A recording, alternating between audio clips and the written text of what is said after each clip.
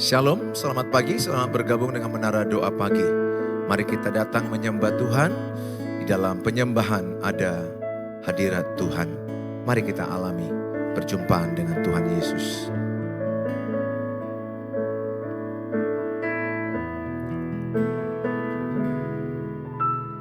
Terkadang kita merasa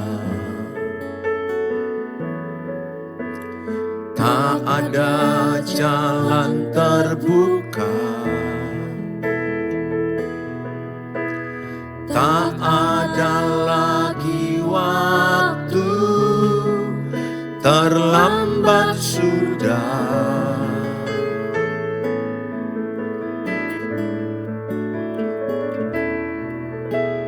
Tuhan tak pernah berdusta. Dia selalu pegang janjinya.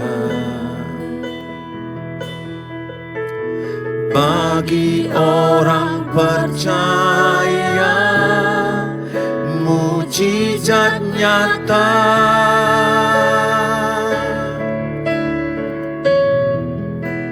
Dia mengerti,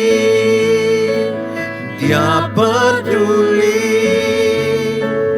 persoalan yang sedang terjadi. Dia mengerti, dia peduli persoalan yang kita alami. Namun satu yang dia minta, agar kita percaya sampai mujizat menjadi nyata.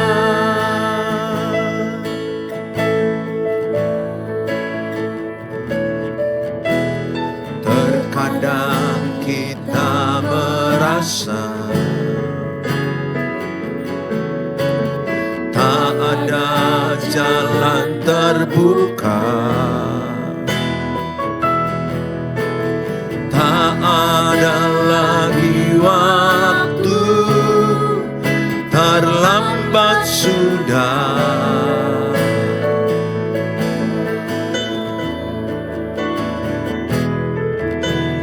Tuhan tak pernah berdusta. Dia selalu pegang janjinya. Bagi orang percaya, mujizat nyata.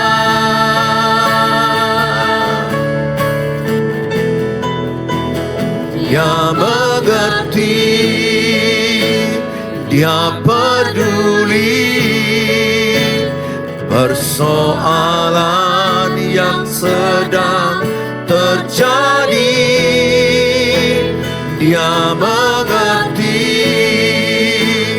dia peduli persoalan yang kita alami. Namun satu yang dia minta, agar kita percaya sampai mujizat menjadi nyata.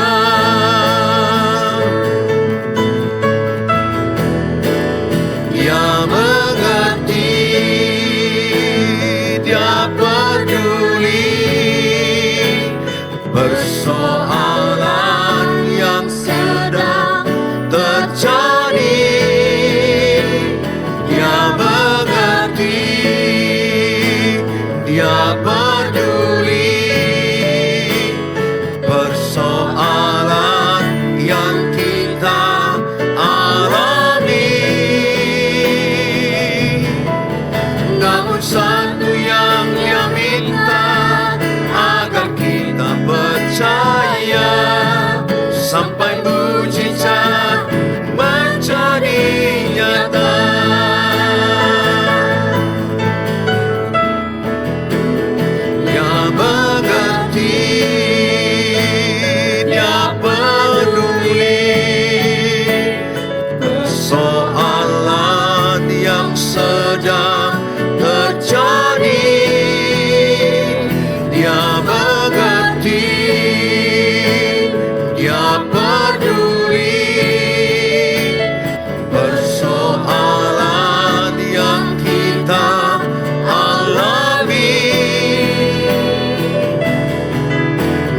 satu yang Dia minta, agar kita percaya sampai mujizat menjadi nyata.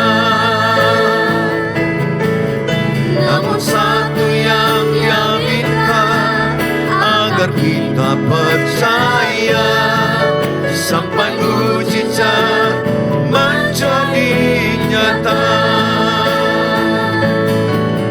Namun satu yang Dia minta, agar kita percaya sampai mujizat menjadi nyata. Mari sama-sama kita datang kepada Tuhan Yesus. Mujizatnya nyata dalam hidup keluarga kita, pernikahan, kesehatan kita, keuangan kita. Mari kita muliakan Tuhan.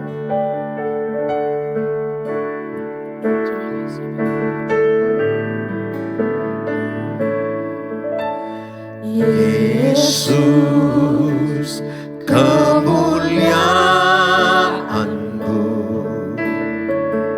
pulihkan hatiku.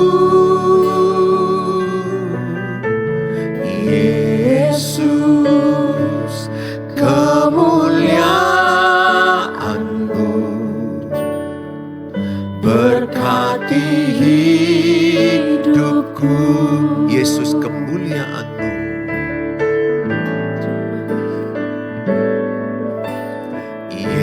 Yesus, kemuliaan-Mu, pulihkan hatiku. Yesus, kemuliaan-Mu, berkati hidupku. Segala pujian syukur bagi-Mu, Kau hadir dalam hidupku. Kini ku datang sujud di hadapan-Mu, memuji-Mu, menyembah-Mu. Yesus, ku menyembah-Mu.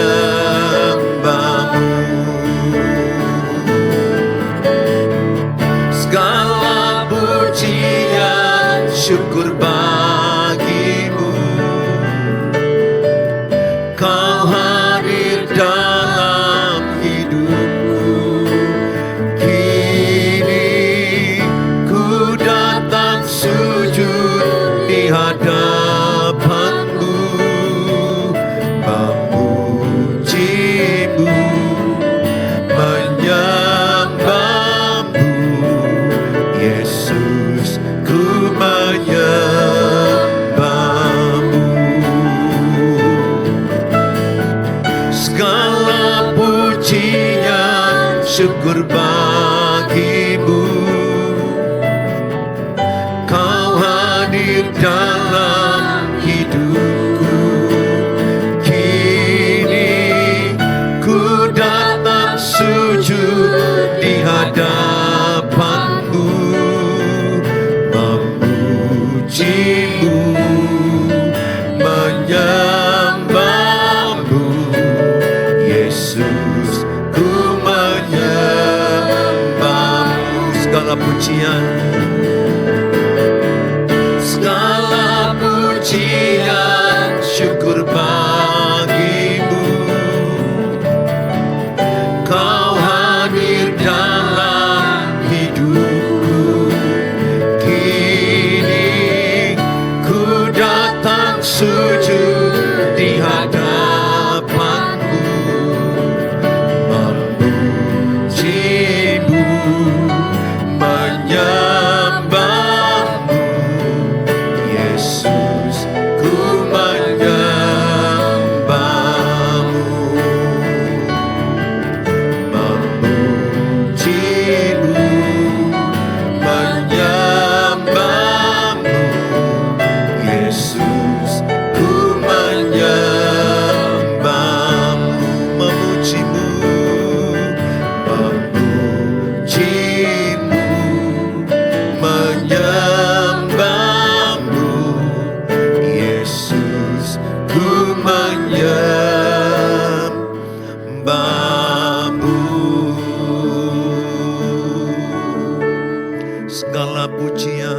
bagimu Tuhan. Segala hormat bagimu Tuhan. Hati kami menyembah-Mu, hati kami menyembah-Mu, hati kami bersyukur hanyalah untuk-Mu Tuhan. Segala pujian, segala hormat, segala kemuliaan hanyalah bagimu.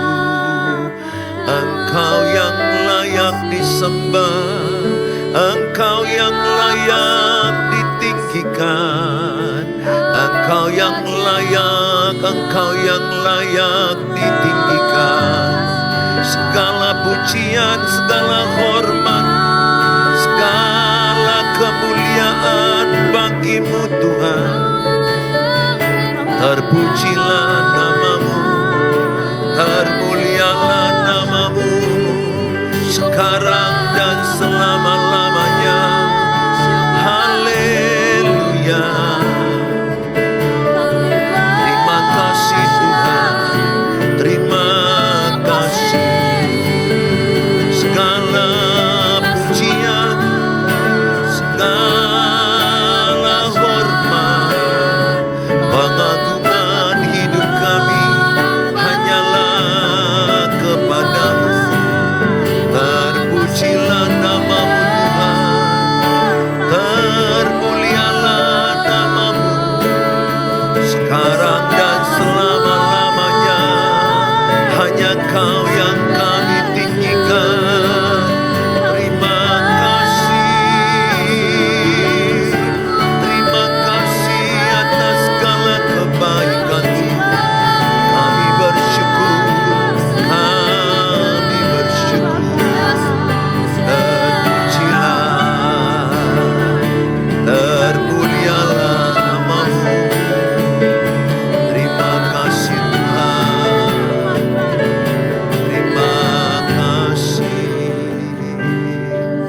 Bapa, kami rindu menyenangkan-Mu Tuhan. Biarlah kami menjadi pribadi-pribadi yang punya kerinduan untuk menyenangkan Tuhan. Terima kasih. Biar kami semua menyenangkan Tuhan dalam hidup kami.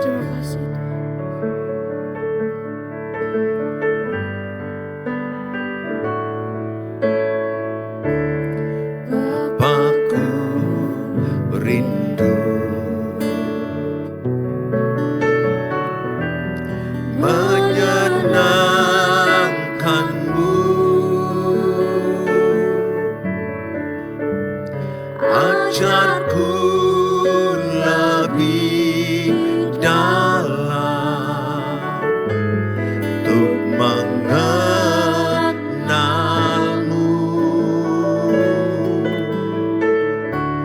Bapakku pintar, layakkan aku,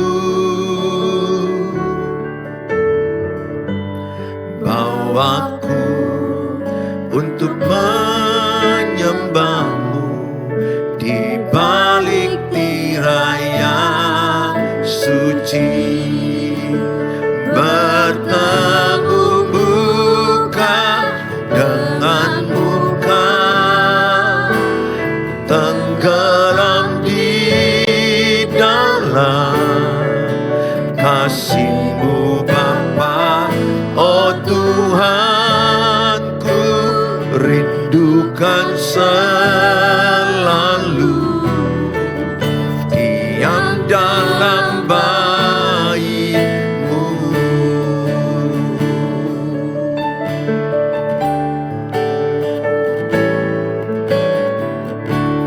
Bapakku rindu menyenangkan-Mu. Ajarku lebih dalam untuk mengenal-Mu.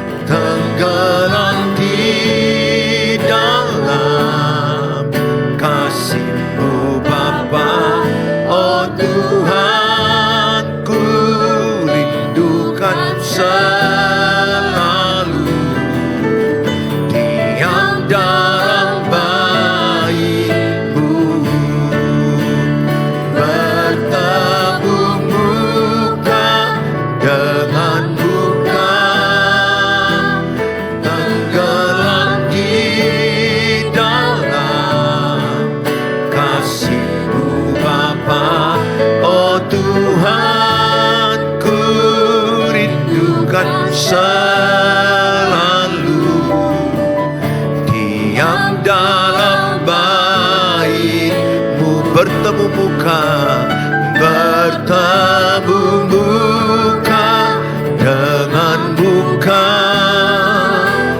tenggelam di dalam kasih-Mu Bapa. Oh Tuhanku, rindukan selalu diam dalam bait-Mu, diam dalam bait-Mu, diam dalam bait-Mu.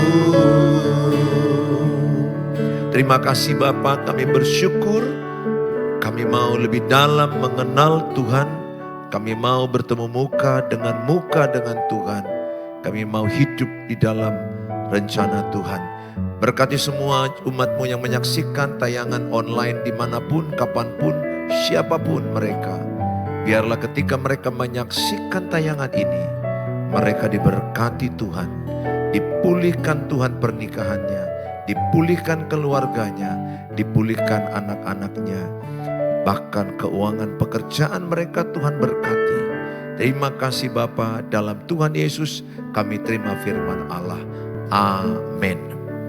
Shalom, good morning bagi kita semua. Kita lanjut merawat pernikahan part 2, bagian kedua.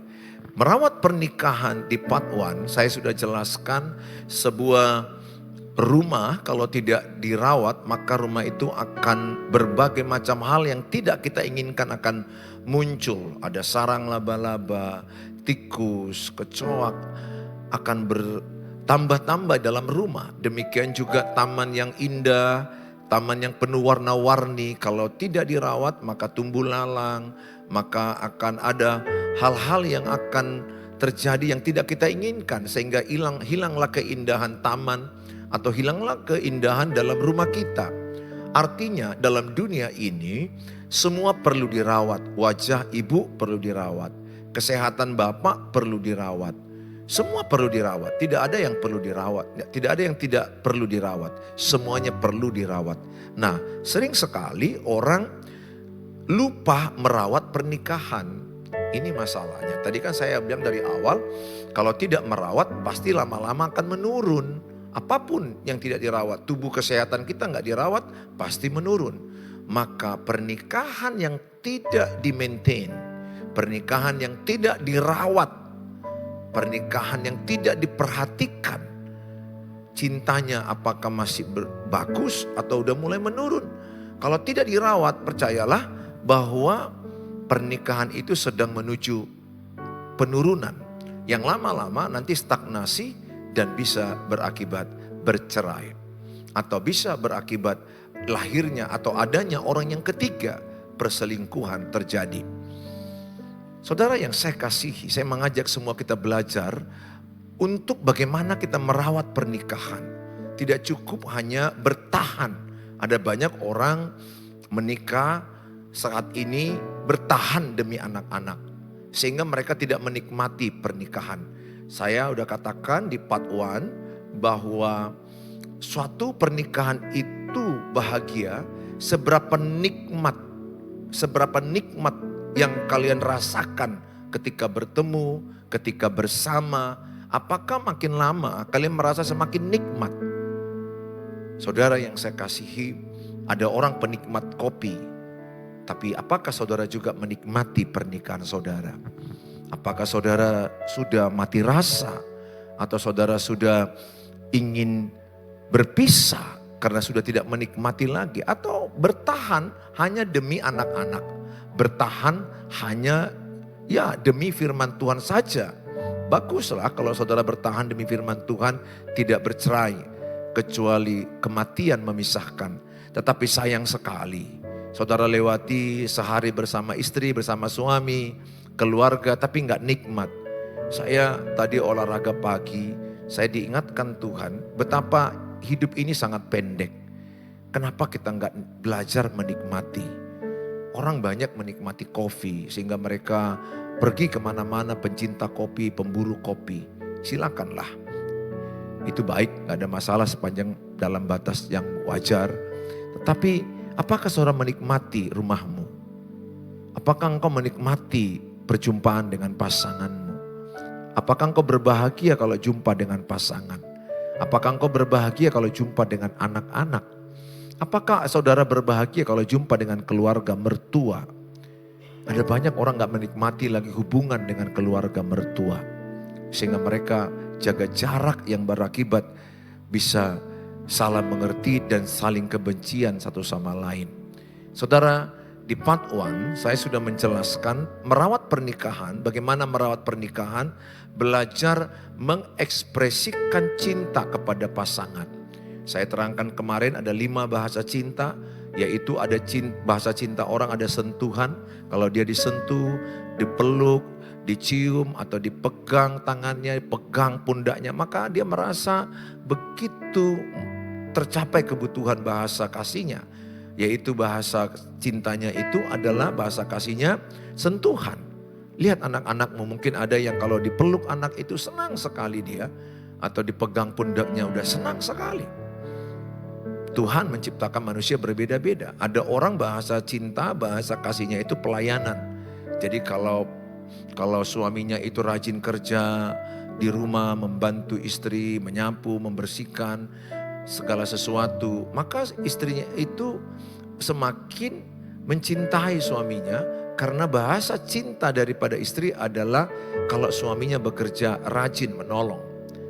Ada orang bahasa cintanya itu pemberian, di hadiah ulang tahun pernikahan, kita memberikan kado, atau pulang kantor, bapak bawa martabak, bawa goreng, atau ibu juga memasak sesuatu di dapur, masak goreng, buat teh manis, kopi, kemudian kita kasih kepada suami, dia senang. Karena mungkin pasangan kita bahasa cintanya pemberian. Pemberian tidak harus mahal, tetapi sesuatu yang kita menyentuh hati seseorang. Kita memberikan sesuatu. Ada orang bahasa cintanya itu kata-kata, kita puji, kita akuin, kita hormati dia senang apapun karyanya. Mungkin anak-anakmu lagi sedang belajar menyuci piring, merapikan baju. Ayo kita berikan dia apresiasi, kata-kata hebat, luar biasa. Mungkin anak-anakmu bagian daripada orang yang bagian bahasa cintanya adalah kata-kata. Jadi dia senang ketika ada kata-kata pengakuan, ada pujian, itu membuat dia merasa at home. Ada orang bahasa kasihnya itu quality time. Dia suka kebersamaan berdua suami istri atau bersama keluarganya pergi holiday. Ini penting, atau sekali seminggu paling tidak suami istri pergilah dating. Pergilah berpacaran berdua. Pergilah minum kopi, pergilah ke pantai atau nonton. Rawatlah pernikahan itu. Perhatikanlah keadaan perasaan istrimu, perasaan suamimu. Dating itu artinya adalah membangun komunikasi. Sehingga mengenal pasangan kita yang terkini, update. Perasaan apa yang terjadi kepada istri. Apa yang sedang dia pikirkan, apa yang sedang membuat dia sedih. Atau dia dalam keadaan senang saja. Demikian juga istri nanya keadaan suami, bagaimana perasaan suami. Apakah suami sedang dalam keadaan susah dalam pekerjaan. Atau dalam banyak pikirannya karena ada orang yang menjatuhkan dia. Dating sangat penting, salah satu merawat cinta. Tapi sayang sekali orang kita Indonesia ini gak ngerti arti dating. Gak ngerti pacaran setelah menikah. Mereka berpikir pacaran itu ya sebelum menikah. Padahal menikah itu pacaran seumur hidup. Sehingga kita bisa berkomunikasi, banyak ngomong, menanya keadaan, menanya perasaannya. Saya melakukan itu bersama istri saya sekali atau 2 kali dalam seminggu, kami berdua pergi makan, tanya apa yang dirasakan dia, apa yang saya rasakan. Kami saling berbagi pengalaman, apa yang sedang terjadi seharian, semingguan. Penting sekali. Saya sangat sedih juga, udah suaminya datang sekali 6 bulan karena LDR, karena pekerjaan. Pulang-pulang marah. Itu yang terjadi adalah dengan keluarga di YouTube saya. Saya sangat sedih, udah pulang dari tugas luar kota 3 bulan, pulang-pulang marah sama anak-anak, marah sama pasangan. Saya bisa membayangkan rumah itu sangat sedih sekali. Padahal rumah itu adalah sorga, rumah itu adalah sukacita, damai sejahtera, kebenaran ada dalam rumah itu. Oleh karena itu saya mengajak sama saudara, kenalilah bahasa cinta, bahasa kasih pasanganmu. Apakah bahasa kasih pasanganmu sentuhan, atau pelayanan, atau pemberian, atau kata-kata, atau quality time, waktu. Lakukanlah kalau engkau sudah kenal. Kalau istri saya, bahasa kasihnya itu adalah pelayanan. Jadi kalau saya antar dia belanja, saya cuci piring, saya nyapu, hal-hal yang begitu menyenangkan dia. Jadi saya berjuang melakukan apa yang dia senangi. Karena saya ingin memiliki istri yang bahagia. Nah, demikian istri saya kepada saya. Sehingga kita saling membuat bahasa kasih kepada pasangan. Demikian juga orang tua membuat bahasa kasih kepada anak-anak masing-masing. Saudara yang saya kasihi, yang kedua adalah mempraktekkan kata saling dengan pasangan. Saling, kalau kita lihat dalam slide ini, mempraktekkan kata saling dengan pasangan. Pertama adalah saling mengampuni.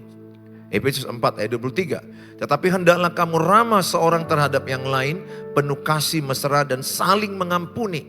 Sebagaimana Allah di dalam Kristus telah mengampuni kamu.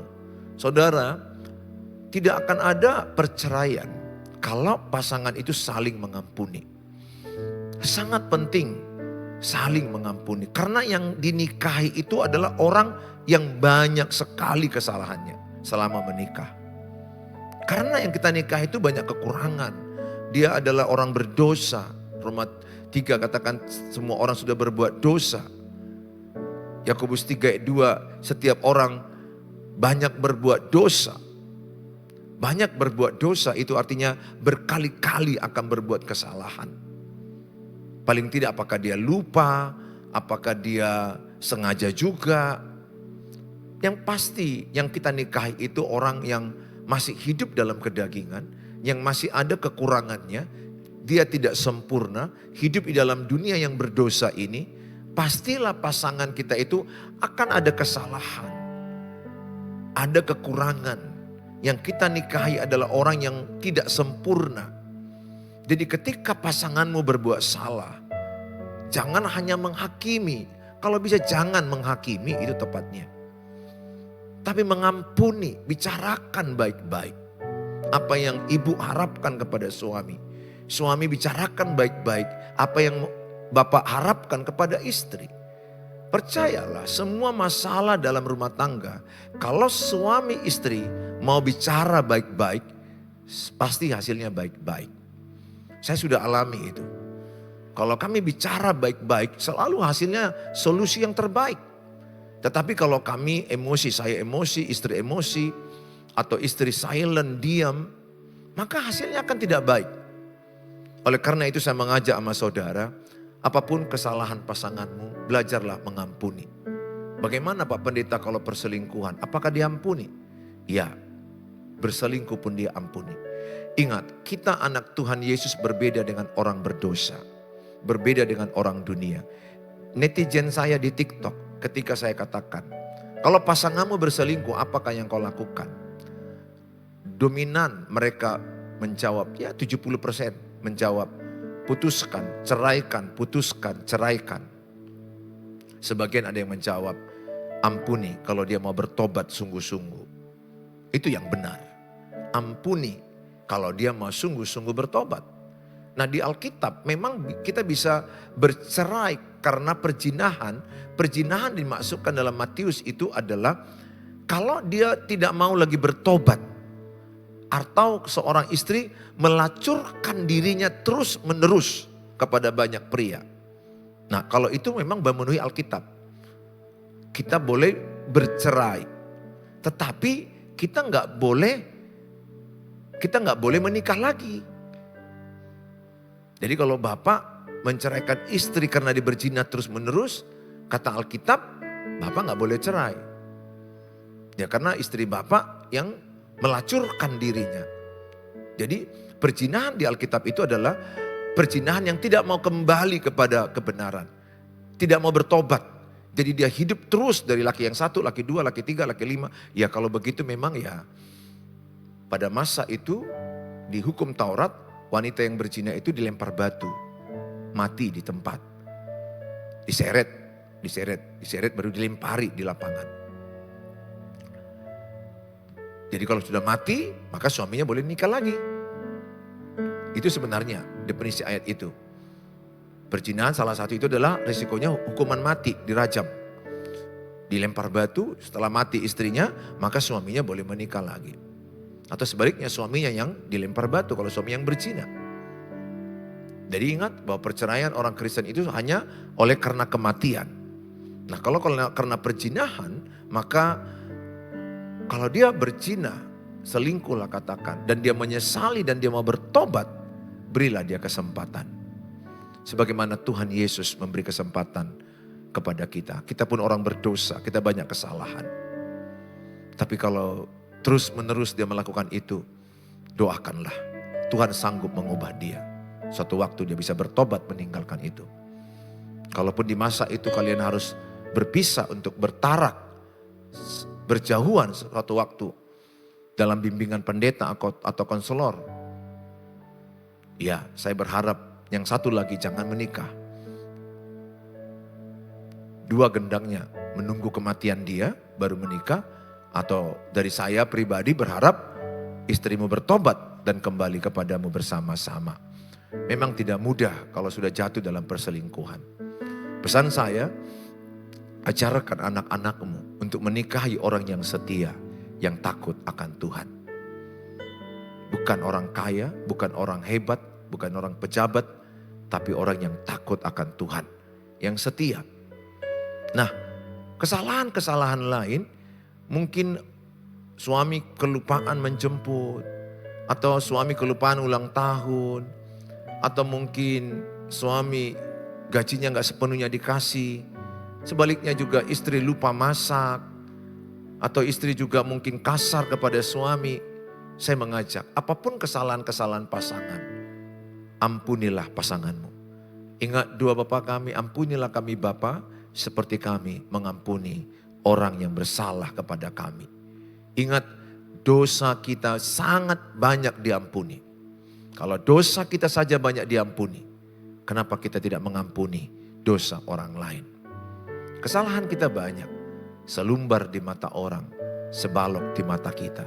Artinya, kesalahan kita banyak, kekurangan kita banyak. Jangan kita sibuk melihat sedikit kesalahan orang. Jangan kita hakimi. Mari kita lepaskan pengampunan. Yang paling bagus itu Bapak, Ibu, ada yang hubungi saya gak bisa mengampuni. Kalau udah pasanganku seperti ini Pak Pendeta selingkuh, saya gak terima. Betul, itu tidak mudah. Apalagi KDRT Pak Pendeta, ini baru di WA saya. Bukan hanya selingkuh tapi KDRT pukul saya terus. Udah selingkuh mabuk pukul saya. Ya, saya tahu itu sangat berat, Bu. Tentu Ibu sangat terluka. Saya juga ya mendukung kalau untuk KDRT itu udah hukum pidana. Atau sebaiknya Ibu kembali ke rumah Bapak Mama dulu sampai suami bertobat. Tapi saya tetap katakan, Ibu, bawalah dalam doa suamimu. Tidak ada yang tidak mungkin bagi Tuhan. Tuhan sanggup mengubah suamimu. Saya sudah banyak menjumpai orang yang seperti itu bertobat di zaman Tuhan. Allah sanggup mengubah setiap orang. Apabila ada pembela, ada pendoa, jadilah ibu pendoa bagi suamimu. Jadilah anak-anak pendoa bagi orang tua. Jadilah orang tua jadi pendoa bagi anak-anak. Kuasa doa itu di luar pikiran kita. Kuasa doa itu di luar kemampuan kita. Dia sanggup menyelesaikan dengan caranya. Ketika kita tidak punya cara, Tuhan punya cara. Kita bisa berkata kepada Tuhan, Tuhan, aku melepaskan pengampunan. Itu aja ucapkan, Bu. Walaupun Ibu udah gak sanggup, Ibu hanya bilang, Tuhan kuatkan aku. Tuhan, aku lepaskan pengampunan kepada dia. Aku lepaskan pengampunan kepada dia. Nanti pun kalau masih ingat lagi setelah bersatu, ucapkan lagi, telah kulepaskan pengampunan, telah kulepaskan pengampunan. Kadang kita sudah mengampuni, kemudian kita teringat lagi kejadian yang lalu, otak kita itu bisa kembali ditoksik, diracuni iblis kembali. Tapi ucapkan dengan kata, aku telah melepaskan pengampunan kepada dia. Termasuk kepada saudara mertuamu, iparmu, keluarga mertua, atau mertua yang menyakitimu. Ucapkan dengan iman, aku telah melepaskan pengampunan kepada mertua. Aku telah melepaskan pengampunan kepada menantu. Aku telah melepaskan pengampunan kepada Eda, kepada ipar. Saudara, lepaskan pengampunan. Yang kedua adalah, yang berikutnya adalah saling menghormati. Suami istri yang saling menghormati ini penting sekali. Efesus 5 ayat 33. Bagaimanapun juga bagi kamu masing-masing berlaku, kasihilah istrimu seperti dirimu sendiri, dan istri hendaklah menghormati suaminya. Istri hendaklah menghormati suaminya. 1 Petrus 3 ayat 7. Demikian juga kamu hai suami-suami, hiduplah bijaksana dengan istrimu sebagai kaum yang lebih lemah. Hormatilah mereka sebagai teman pewaris dari kasih karunia, yaitu kehidupan, supaya doamu jangan terhalang. Ternyata doa suami bisa terhalang loh, di sini ayatnya. Doa suami yang terhalang itu adalah suami yang menyakiti istrinya, doanya akan terhalang. 1 Petrus 3 ayat 7b. Oleh karena itu, mari kita sama-sama saling menghormati. Istri, hormati suamimu. Kebutuhan pertama suami itu dihormati. Suami, hormati juga istrimu. Jadi saling mengasihi, saling mengampuni, saling menghormati. Saling menghormati ini penting. Apakah wujud saling menghormati? Lihat di PowerPoint, kita lihat yang pertama, bagaimana saling menghormati. Tidak mempermalukan pasangan di depan orang. Cobalah belajar Bapak Ibu. Jangan marahi pasanganmu di depan orang, di depan teman-temannya, di depan keluargamu, di depan keluarganya, di depan tetangga. Jangan berteriak marah. Jangan berteriak marah. Tidak mempermalukan pasangan di depan orang. Sangat penting ini Bapak Ibu. Sering saya menjumpai ada orang istri mempermalukan suaminya di depan teman-temannya. Ada juga suami yang membentak istrinya di depan teman-temannya, di depan keluarganya.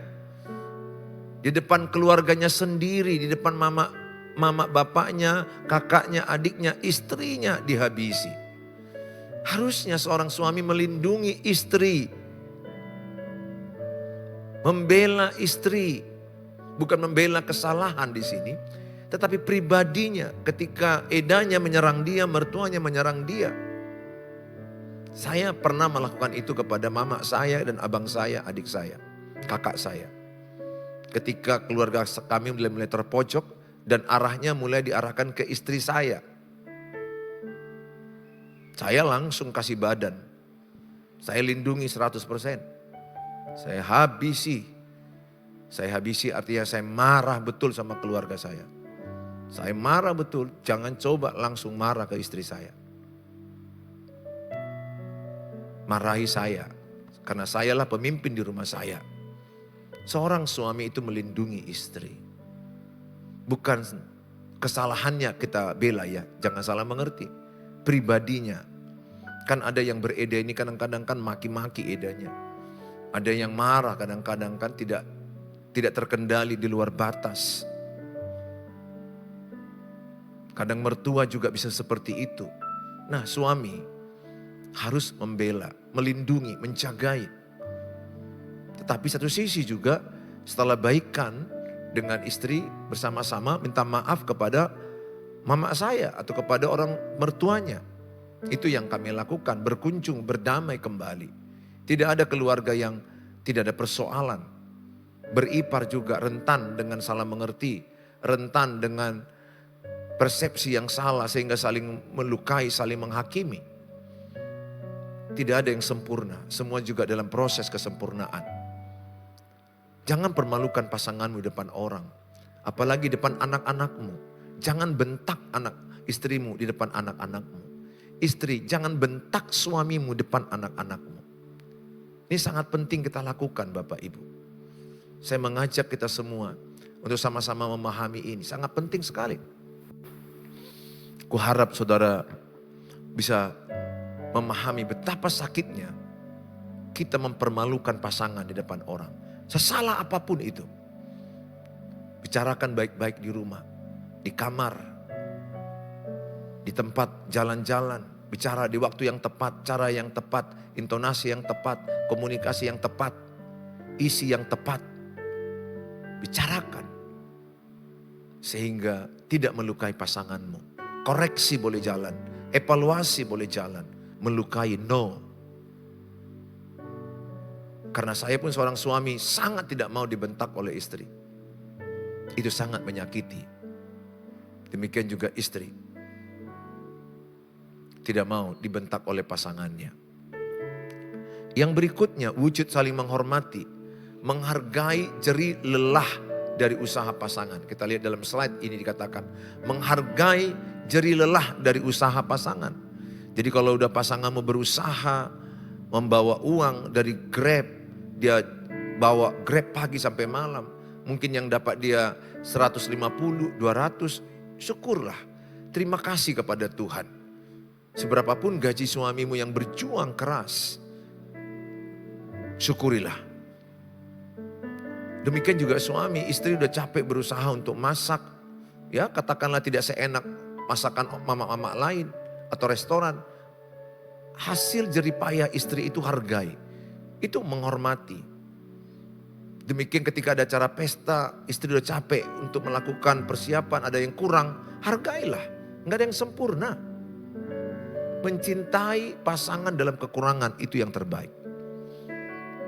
Yang penting berusaha semampumu, sebisamu. Demikian juga suami, engkau berusaha, engkau berjuang. Dan hasil perjuanganmu mencari uang, penghasilan, dihormati oleh istri dengan bersyukur. Jangan bandingkan pendapatan suamimu dengan suami orang lain. Itu sangat menyakitkan. Membandingkan itu adalah racun mematikan dalam pernikahan. Mengingat-ingat kesalahan masa lalu, itu racun mematikan. Menuntut pasangan, itu racun mematikan. Betul-betul dalam pernikahan itu ada racun yang perlu dibuang dari pernikahan itu. Hargailah jerih lelah dari usaha pasanganmu. Kalau dia sudah berusaha, hormatilah usaha itu. Dengan katakan terima kasih, mama hebat, papa hebat. Baru bisa kasih masukan. Bagaimana mah kalau kita buat seperti ini? Bagaimana pak kalau kita buat seperti ini? Bukan gak boleh ngasih masukan. Tapi sesudah kita hargai, baru kita kasih masukan. Tidak membandingkannya dengan orang lain. Sikap menghormati istri. Tidak membandingkan istrimu dengan istri orang lain. Tidak membandingkan suamimu dengan suami orang lain. Tidak membandingkan anak-anakmu nomor 1, 2, 3. Tidak membandingkan anak-anakmu dengan keponakanmu. Dengan tetangga, dengan orang lain. Tiap orang unik. Tiap orang ada kelemahan, ada kelebihan. Tuntun anakmu untuk melakukan potensinya yang terbaik sebisa dia. Pembandingan itu menyakitkan.